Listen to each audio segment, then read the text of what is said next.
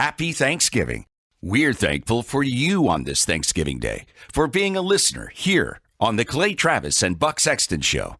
You're listening to the best of Clay Travis and Buck Sexton. Welcome back in. Hour number 3, Clay Travis, Buck Sexton Show. We appreciate all of you hanging out with us. So as you listen to the music that is bringing us back here at the top of the hour, a lot of you have the same reaction that we have had over the years. For decades, Rush's theme song has reminded everyone out there, truth and clarity on the way. It's an iconic song forever that's going to be attached to Rush Limbaugh and everything that he represented.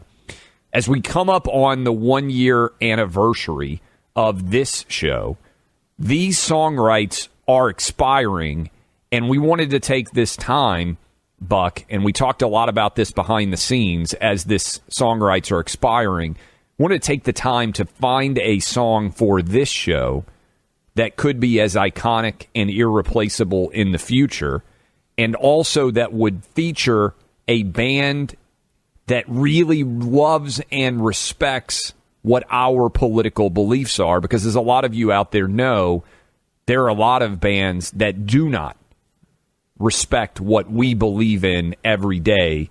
And so we spent a lot of time on this, Buck. And for us, this is really like retiring the jersey in sports, because Rush's theme song is forever attached to his memory, everything he built, and we deeply honor that, his legacy, and that song is a part of his legacy, of course. So with all of that in mind, and given, as we said, that the song rights are expiring soon, we found this amazing band. Clay is actually friends with the individuals in this band. Lit. You may know the band Lit. The song we've landed on is called My Own Worst Enemy. It has tens of millions of YouTube plays. There are hundreds and hundreds of rock stations that were playing it when it first came out in 1999, which I will say is a great year. A phenomenal year. Maybe the greatest year of all time. And Clay, a really great thing is it's rare to find a rock band that honestly doesn't have the politics of a bunch of evil commies, no matter how good their music may be. These guys are patriots. They love America. You know them. They listen to the show. Yeah, I know them personally, and so I'll give you a story. They live here in Nashville. The band is Lit. Again, the song is My Own Worst Enemy. If you are a fan at all of 1990s era music, this is one of the most iconic songs that came out of the 90s. I met these guys many times over the years here in Nashville, and actually I was over at their house once, and I walked in. And they had a college football game on. It was Utah was playing. And we're number 1 in Salt Lake City, so shout out to the Utes. And I just thought that was interesting. I watch every college football game, but they had Utah on. And I walked in, and Jeremy Popoff, who is one of the members of the band, his son was a student manager for the Utah Utes football team. So I got to know the family really well. And in fact, their son was one of the interns for Outkick. And I've gotten to know him so well. And we were making this decision, Buck. It was really important to me that we feature music from people who respect and love and have the same political beliefs as us. These guys moved to Tennessee from California because they were so frustrated with the direction that California politics had gone. And they are going to be longtime listeners of this show. They loved Rush. And when we had this conversation with them, Buck, I mean, you should have seen their faces and how excited they were to be able to bring their music to this audience and connect their brand and their spirit with the spirit and the brand of the greatest radio show audience that has ever existed in American history. So we spent a lot of time on this when they told us this song was expiring, that the contract was running out, that they wanted to make sure that it was forever iconic and connected to Rush, that we could find our own version of this. And I'm confident that you guys are going to like it in the same way My City Was Gone defined Rush. Again, I think your analogy is a good one, Buck, of retiring, sort of the jersey. We'll always be proud of our affiliation with Rush in that theme song. But we hope that this new song will also be a big part of our listening family I think we're going to debut it on Monday. Yeah. It may take some time for people to get used to, but we wanted to directly address this with you instead of just flipping a switch and suddenly you guys are like, what in the world happened? We live every day on this show to serve this audience, the audience that Rush built. And everything we do keeps in mind that legacy and all that he built over decades. So we make decisions here with that as a lodestar, as a guiding point for us. And so with that in mind, we are retiring the jersey, so to speak, of a great song. A song, let's be honest, that Rush made great, actually. I think that's fair to say. It is really associated with Rush more than anything else about that song. And now we're going to be introducing folks to Lit, and we think that they will. We hope they'll enjoy it. We want to hear from you, by the way. As we say, we serve you. We serve this audience every day. That's why we're here, and it's an honor. Honestly, it is a privilege, and I've said this before, and I think you can tell. Clay and I feel the same way. We really mean it. We're lucky to be able to do this show every day. It's a great blessing for all of us to be able to talk to all of you. So, want to hear from some of you. If you know Lit, if you're excited about the prospect of a little bit of some 90s music being thrown into the mix here. You've already heard some 90s here and there. I mean, we want to keep it just from an audio and music lover perspective, keep it fresh and moving and introduce you to new things in general. And so if you have any thoughts on this one, 800-282-2882, we would love to chat with you about it and hear what you think about it. And we know that it's a transition, and for some of you it might take a little bit of getting used to, but we're excited about it, and it'll be, I think, something that we all look back on and say, this is kind of it's fun. It's a fun thing. It's a fun thing to get to have a relationship with this band this way and to have a sound that will be associated with us. In my neighborhood, Buck, I sent you this video. We had a 90s tribute band come out and play here in Nashville. And the very first 1990s song that the tribute band played was My Own Worst Enemy. And so there's several thousand people at this event. It was great. Out here in Franklin, and I took a video of it. And actually, in downtown Franklin, probably a couple months ago, I was at a charity event, and Lit came and played My Own Worst Enemy, and the entire place just went crazy. So I know everybody's got different musical interest and different musical taste, and when you came of age, you may think is the greatest music of all time, regardless of when you came of age. So for Buck and I, the 90s are basically the best era of music that ever existed. And, we did a little testing. I mean, I tried to convince them maybe my a cappella rendition of the Macarena would be a good way to go. And that would really fire people up. But apparently, that wasn't really going to make it quite as effective. I don't think I've told you this, Buck, but I am tone deaf. Like, I can't, this may not surprise people because I don't necessarily do great when it comes to pronunciations, but I was in chorus in high school, and I was so tone deaf in terms of being able to sing that the chorus teacher said, you mouth the words. I've never heard of a chorus teacher doing this before. He stood in front of the basses till he could find out who was messing up the pitch, and he said, you have a good speaking voice. He said, you will announce from now on in chorus. You had to take chorus. You had to take an art to graduate. And mine was chorus. He said, from now on, you will announce the songs that we sing, but you will actually just mouth the words. We don't need... Have you ever heard of anybody being told that who's a member of a choral group? You announce... You have a good voice, good speaking voice. You can announce what we're going to sing, but you can no longer sing. This reminds me of when I was for a short period of time trying to play ice hockey in the third grade, and I told the counselor or the coach that my helmet was too small for my huge head, and it was and he's like, no, it's not, and then he put it on my head and he goes, yeah, no, it is too small. So I couldn't. I had to sit on the side because my big ass head wouldn't fit into the helmet. You could have been the next Mark Messier, and then boom, all of a sudden you're done. The helmet issue was a monster issue. I needed a different helmet, and I never actually even got it. And my ice hockey career didn't last I think it lasted about 3 weeks. So yeah, man, we've all got those memories, Clay. I just have never heard of anybody being, they always say, like, anybody can get better. I've never heard of a chorus teacher, Mr. Skandrick, God rest his soul, at Martin Luther King Magnet in Nashville. There's a lot of witnesses, stopped right in front. You could just see his eyes. He was so disappointed, Buck, that the choral group and the basses, when he was standing in front of them, were not in unison singing well. But I did do a really good job announcing all those songs that year. So we all have our benefits, we all have our talents. But in all seriousness, I'm telling you, the Lit guys are super excited, and we will do an event. I don't know when it'll be, I was going to say, at some point. We gotta get them to show up and do live stuff for us. In Nashville. We're talking about, you know what we could do? I need to get them on. I need to text them and see what their schedule looks like around the midterms, because we're doing our event in Nashville to celebrate what should be a red tide for the midterms. Need to get the guys to show up and sing My Own Worst Enemy for us at that event. That would be pretty badass. I need to see what their schedule is, see whether they're going to be on the road. I am feeling better and better, because we like to give you, we got to tell you what's going on and what the challenges are in the country. And look, the Biden administration's in charge. There's a lot of stuff that's messed up right now. There's no question about it. But we are planning a midterm election party, not a call in, oh, this state, that. We're going to let other people do that. They can sit there at the decision desk or whatever, and they can make their calls.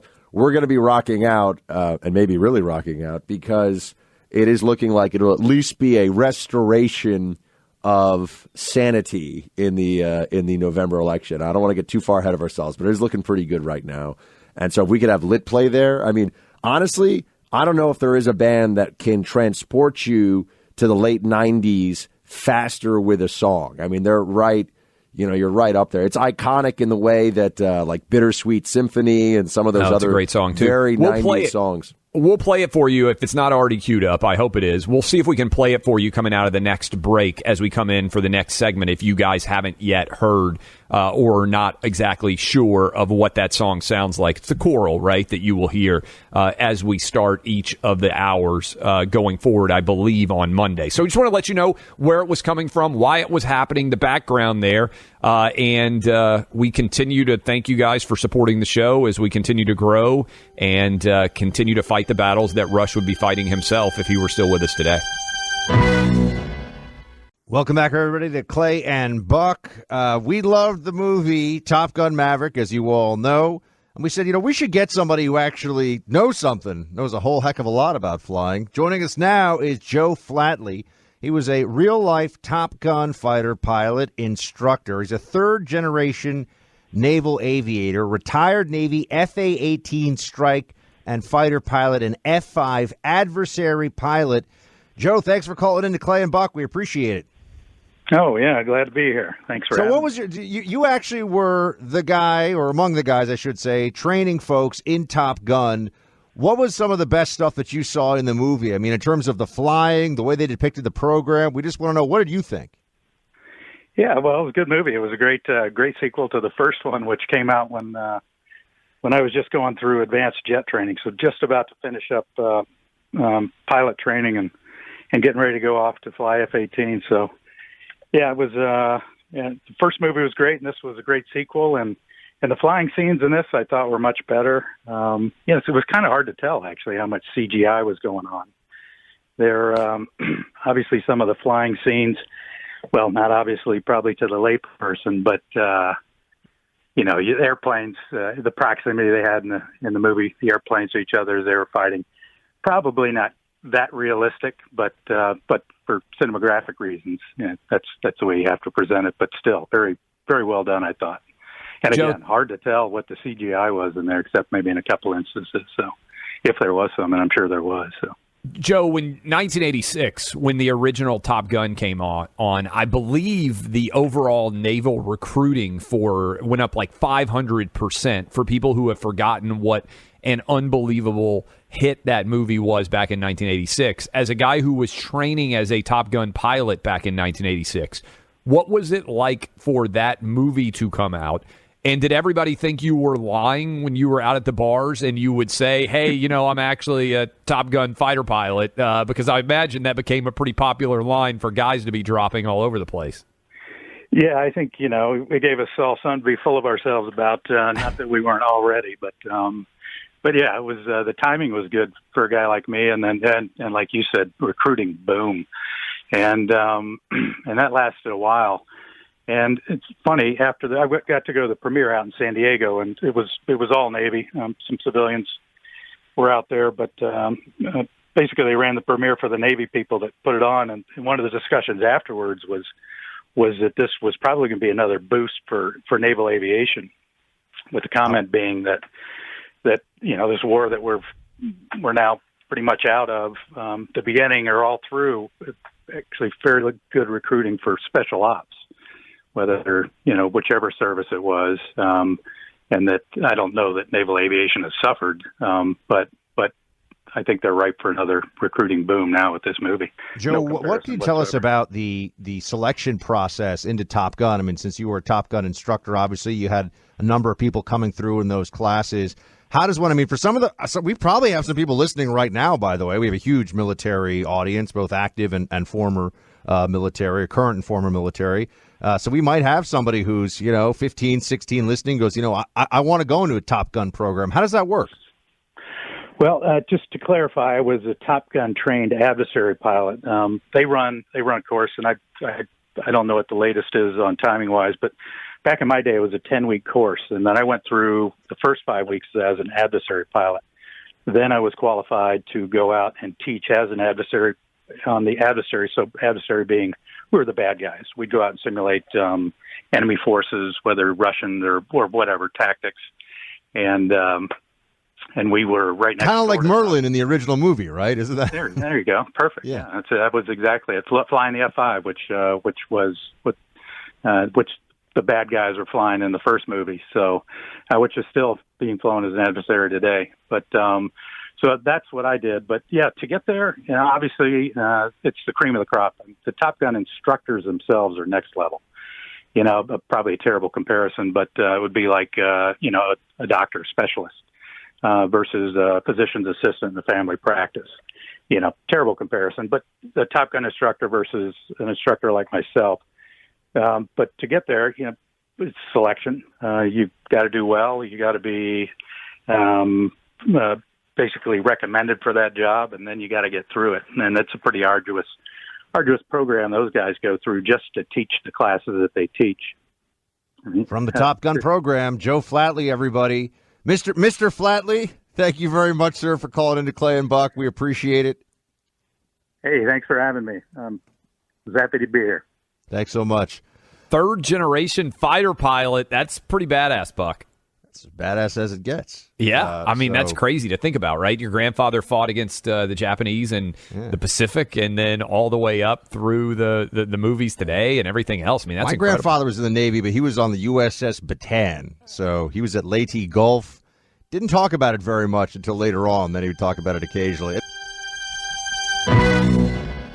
Second hour of the Clay Travis and Buck Sexton show starts now. Thanks, everybody, for joining or for hanging with us if you're with us in the first hour. Remember the Clay and Buck podcast, a great place to catch up if you missed any part of what we're talking about here. ClayandBuck.com also for transcripts and all the rest. But if you go to the Clay Travis and Buck Sexton show on the iHeart app, a great thing to do. A bit of general advice, and it is whenever you see that there is a show with a 90+% audience score and sub 50 on the critics, it's a show you want to see. Because it means that everyone loves it, but the critics hate it for some reason that has nothing to do with whether or not it's entertaining. And an example of this would be, Clay, have you seen The Terminal List yet? I've heard it's great. No, I have not. Have you watched it? I have watched every episode of The Terminal List. Jack Carr is a friend. I've known Jack for a few years now. So explain this show, because I bet there's a lot of our audience that would like it. Explain this show for people like me who know it exists but have no concept of what it's about. So the main character is played by Chris Pratt. He's a Navy SEAL named James Reese, who comes home after some special operations abroad. They're ambushed. I don't want to give much away, but there's a sinister plot that goes to the heart of the military-industrial complex, and basically Chris Pratt is running around taking out bad guys. Lots of the tactical sequences are very well done. They bring in SEALs and people with similar expertise so that the actual gun battles and everything look really cool. I mean, they do a good job with that as entertainment. But they hate it because there's no wokeness, okay? There's no social So it's in that way it's like Top Gun Maverick, which has been in theaters for 70 some odd days and is now the most successful Paramount movie of all time. It passed Titanic. Yeah. That's how successful it is. But I mean, even that movie, Clay, just to be fair. Who's the bad guy? It's like a make-believe country in Eastern Europe or something. I mean, they're going for the global market. I get it. And apparently we don't make movies anymore. We're fighting other countries. But it wasn't woke. But even in the original Top Gun, we didn't know who the bad guy was. It was, everyone Everybody assumed it was the Soviet Russians. Union, right, with the red star on the helmets. But, I'm just saying, it wasn't woke, but it wasn't like, it wasn't Team America World Police either, you know what I mean? It wasn't going too hard with the stars and stripes and the flag. But, okay, so Rotten Tomatoes, 94% audience score for this. It's a good show, because one thing that Carrie and I have been struggling with is we're trying to find a show to watch that we can both enjoy together. And it's, you watch stuff and you go, is everything just green-lit by the editorial team at MSNBC now? I mean, it's such trash. And 10 years ago, I feel like Netflix and HBO, there was this golden age where they were just making amazing programming. They're just making great series, whether Breaking Bad and Game of Thrones and Narcos, and, they're making all these great shows. Now, of course, the corporations that are behind all this are, we want to be progressive and social justice, and their shows suck, which is not surprising. But I will say, in fairness, we did find one show one movie, I should say, that I would recommend to everybody. I made Carrie watch this movie, The Outfit, a couple weeks ago. That wasn't really that was okay. It was like a B-. Wasn't woke, but just wasn't really that good. It was okay. But we watched this 13 Lives. Have you seen this? Are you familiar with this one? It's about the Thai youth boys. Yeah. I was fascinated by that story. For everybody out there, this was the soccer team that got caught in the cave, and it flooded, and they weren't able to get out. How is the movie? Ron Howard made this one, right? The movie is excellent. Yeah. Highly, highly watchable. Really moves along. And the way they filmed this, that they originally, as I read a little bit about it because I was curious, they were actually trying to film a lot of it in the caves, but they weren't able to do that for reasons I don't even know now. So they moved it, I think, to Queensland in North Australia, because obviously the actual cave is in Thailand. But it's amazing. I'll say this. There are few things in the world that I would find more terrifying than having to spend 6 hours underwater, 5.5, 6 hours underwater in a cave with fast-moving currents where at some points the cave is about shoulder width. So you've got I couldn't even darkness, do it. Claustrophobia, the imminent prospect of death if you run out of oxygen, or if you just hit your head, and I mean there's any number. It is really well done. I've been trying to tell folks about it. I remember that story. The story is even more, in many ways, unbelievable and in the end inspiring than I remembered it from the news reports. It's crazy what they did to get them. I mean, not crazy as in, they should have done anything, but I mean, what they managed to pull off with those kids to get them, I don't want to give it all away, I think everybody knows the kids all got out. Yeah, it's a true story. Safely, that's right. Because it's a true story. But yeah, that story was captivating to follow and such an ennobling story, because every day you thought, they're going to find the kids and they're not going to be alive. That was sort of the subtext of, this is a flooded cave. There's no way these kids are going to have survived for this long. And when they finally found them, then it's, oh my goodness, how in the world are we ever going to get them out of here? And they managed to do it. Speaking of the terminal list, there's an article up at Outkick, one of our good writers that we hired recently, David Hookstead. If you haven't already, we had an incredible month. But Outkick is kind of like manna from heaven if you're a sports fan or just a fan of pop culture and you think everything has gone woke. We've got a good article about it that went up today about the terminal list. 1.6 billion minutes of viewership on Netflix. Only show was the most recent show, Stranger Things Season 4, is the only show that's beaten it in terms of popularity. So I'll just point this out. Culture is important in terms of what it's saying about what society is interested in right now. Yellowstone is by far the most popular show on television, other than sports. Doesn't get nominated for any Emmys. Wildly popular. Terminal List, evidently on Netflix, insanely popular. Top Gun, Maverick. What do all three of those movies and or shows have in common? Relatively limited woke material and or USA, right? That is what they are overall selling is United States excellence. I mean, and I think there's a huge demand for that. You can tell very quickly in a lot of these shows. I mean, to this point, Clay, I could even I think there's a step even before that. What you're talking about is the manifestation of or the way that the show actually tells the story, right? Is that it focuses on those things?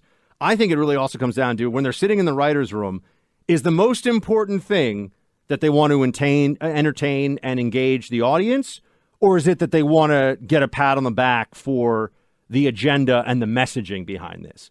Because I think you see a lot of shows where they start with a premise, which is, oh, let's make this about, let's make this about some left-wing woke agenda item instead of, is this going to be a good story? Is this going to really bring people in?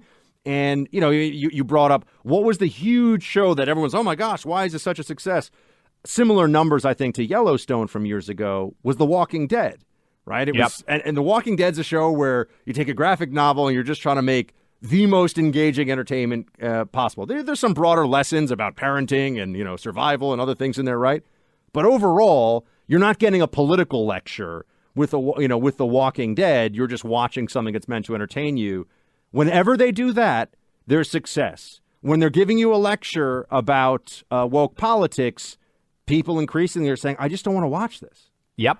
And I'll give you I know we got people who listen in Hollywood. We got a big audience in L.A. I'll continue to give this out. If you want to look like a genius and you want to have the number one streaming show or the number one television show, the number one show in America, turn Undaunted Courage by Stephen Ambrose, a phenomenal book about the Lewis and Clark expedition. Turn it into a mini-series, into I believe it would be a television event, the likes of which we have not seen in 20 years, right? In terms of a historical connection to America, pro-America. Now, you can say Game of Thrones was a television event. I love that show. Yeah, it's a fantastical show about, about dragons and medieval times, effectively. I'm talking about something that is rooted in American history, that is unabashedly patriotic, that tells a triumphal story of an overwhelming, difficult and success. I'm sorry, Clay. To get this made, though, Meriwether Lewis is going to have to be a gender-fluid pansexual, and William Clark is going to have to go around begging forgiveness from the native peoples for the future disrespect and betrayal of the colonists. I mean, otherwise we can't make that show. Politics is downstream of culture, which is a great quote from Andrew Breitbart, and I do think it's true. If you're out there and you're looking at what the political message is coming through the cultural success stories out there, whether it's Terminal List, whether it's Yellowstone, whether it is certainly as you break it down, how much demand there has been for Top Gun Maverick, the most successful movie of all time from Tom Cruise's history. It's because people want pro-America, anti-woke programming, and there isn't enough of it. Did you see? I know you're on vacation and you're having a great time with the fam, which was very important. You've come back rested in the fight, but did you happen to catch? Because I see you sneaking onto Twitter a little bit when you're on vacation. I always want to still have to manage Outkick. Yeah. I didn't do TV, I didn't do radio, but I'm still managing our stories at Outkick. So you probably saw that they had a $90 million write-off with a completed film of the Batgirl. I mean, how? Now the thing is, I want to see that movie so badly because they wrote down when they took over, they $300 million CNN Plus. They said this is an unmitigated disaster. It's done. And now $90 million Batgirl. And you know how popular superhero movies are. You could basically get $100 million, I would think, just by advertising a lot to get people to come watch. If you're a screenwriter or a producer making a superhero movie and you lose basically $100 million on it, you really should learn to code. Like, you should find another profession. You should be done. What would the equivalent to... It's a great point. You're making a superhero movie. The studios are all behind it. You almost cannot fail because there's such demand for superhero movies. And they watched your superhero movie, and they said it was so bad, we're just going to take a $90 million write-off. They didn't even put it on the streaming service. It's one thing if they say, hey, this is not worthy of going to the movie theaters. They said it's so bad that they don't even want their brand associated with it. In other fields, I'm not even sure I can think of an equivalent. I could just see this though, like a Batgirl movie where Batgirl swoops in on the bank robbers, and they're like, "Hey, look at this broad wearing a costume." She's like, "Excuse me, sir, broad? Are you assuming my pronouns?" Like, you could actually do a great send up of this thing. I mean, you could do a great. There's a little bit of send up of the overall woke culture that goes on in Deadpool, which has been very popular as a movie. But, Buck, think about all the people that are cast in this movie. They're saying, hey, this is going to be career-altering for you. You can't go wrong. You get into a superhero movie, you're the next Robert Downey Jr. I can completely do the pitch that they would have been getting in their Hollywood talent agencies. And then they get a call, and they say, yeah, this movie is so bad that even though we spent $90 million, we're basically just going to burn it. I guarantee we could write a better screenplay than whatever that was between the two of us in 48 hours. Honestly, that's why I want to see this. I feel confident about that. I would like to see it too. Play Travis Buck Sexton show. We appreciate all of you hanging out with us. Buck Sexton is now an engaged man. Congratulations, Buck. I believe based on the photo that I saw, you did it from, is that your apartment building in New York City? Rooftop. The view that I have seen. Amazing view up there. What was it like to actually, you've never proposed before. Nope. You are a 40-year-old man who has never been engaged, never married. What was the experience like, and how quickly has the wedding apparatus shifted into full speed? Because I'll tell you, when I got engaged many years ago, the thing that most stunned me about it was how much knowledge women all carry in their head about weddings that I had never given a thought to, how quickly that process was underway soon after I got engaged. I'll give you a couple of things, and then I promise we'll talk about the news for everybody. No, people are good. People want to hear about this. Yes, they do. So the one thing I will say is pretty funny, but she had absolutely no idea. So I had met with her dad because I went You'd down. already asked for the hand. I went down to Asheville, where her family has a home. Yes. And obviously Asheville was a memorable experience for many reasons. And I asked for her hand from her father. I kept How that did you one. do that, by the way? How did you end up ISO'd where you could I ask asked him that? to take me to see a piece of property that they were thinking about building on. Oh, smart. Yeah. So we kind of went for like a CIA walk in the analyst woods. Buck. Yes. You know? Yeah. And so I asked for the hand, and then the plan was to just find a perfect sunset on the rooftop when nobody would be up there. Yep. And I went up there. She had no idea. So I went down. Was it Saturday night? Is this Saturday afternoon? Saturday night, yep. It was really nice. I actually saw two listeners who were visiting New York City from Chicago on our way to the restaurant. And they're like, hey, Buck. And I was like, I just got engaged. They're like, we listen all the time. So that was great. We had some visitors from Chicago. I saw the picture go out on social media, too. You texted Allie, who also, by the way, we should mention, engaged like last week, too. I know. So, love is in the air on the Clay and Buck show, yes. man. There's producer Allie is engaged a couple of weeks ago. I'm engaged now. So as for the wedding stuff, I will tell you, man, our basic approach to this, and then we have to start trashing Joe Biden. Our basic approach to this is we're going to try to throw a big fun engagement party in New York City for everybody. You'll be invited. The team, we just want to throw a big party in New York, and then we're going to have a immediate family and best man, not best woman, what do you call it? Maid of honor or whatever. Yeah, but like just very small. At a church and keep it sooner really rather than later. Like, what's the time frame? Like, trying to get it done in mind? the next 6 months, which is in fast. the next 6 months. I mean, because this is my understanding, and I'm sure a lot of people out there listening know this. This is the busiest year for weddings on record, I believe. I actually was down when I was at Rosemary Beach one of the times, Buck. I was working out in the gym, and the guy next to me was a big fan, and he owned wedding venues all over the country, West Coast primarily. And he was talking, so I, was working out there in the gym. I was beside him for 15 or 20 minutes on the machine, and he was talking about how busy all of it is. Every day of the week, basically, people are getting married now because so many people couldn't in 2020, 2021 because of COVID.